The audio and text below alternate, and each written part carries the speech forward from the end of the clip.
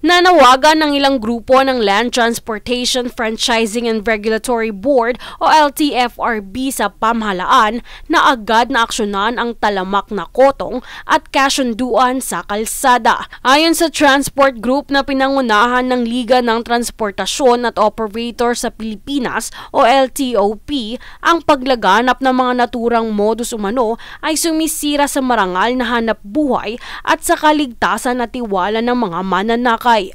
Walang lisensya ang mga pasahero, insurance, samantala tayo ay hindi ka pwedeng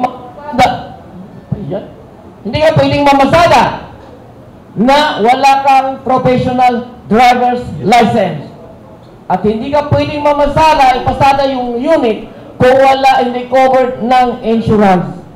So napakalaki yung ating pagkakaiba upang maihayag kung ano ang mga saloobin na ang mga tao na may mga legal na dokumento para makapaghanap buhay dito sa ating sektor.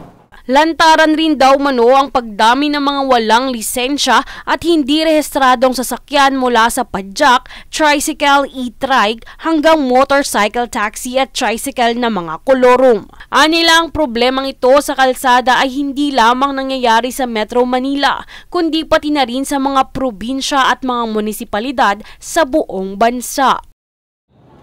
Napakarami, hindi lang Metro Manila.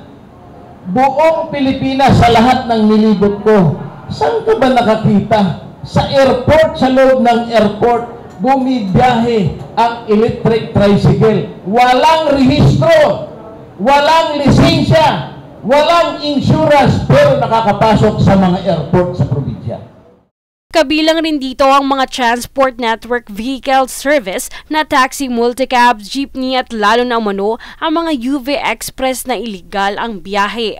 Panawagan ng grupo sa LTO, MMDA at iba pang ahensya na sana ay masolusyonan ang matagal na problema na ito at maging patas sa lahat.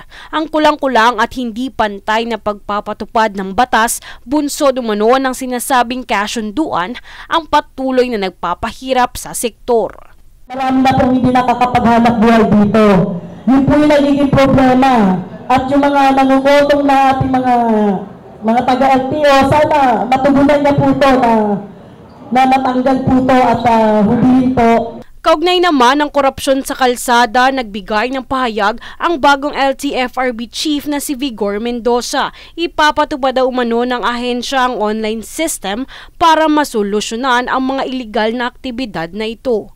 Tama si Presidente, no, at gagawin natin digital technology, online lang, para we will minimize face-to-face interaction, di ba? So, yun ang gusto natin mangyari kaagad-agad, na yung mga online systems na sinimulan natin sa LTO, itatawid ko po sa LTFRB, which includes online filing. Para sa ganun, wala nang face-to-face interaction. Jovi Rodriguez, nag-uulat para sa Golden Nation Network.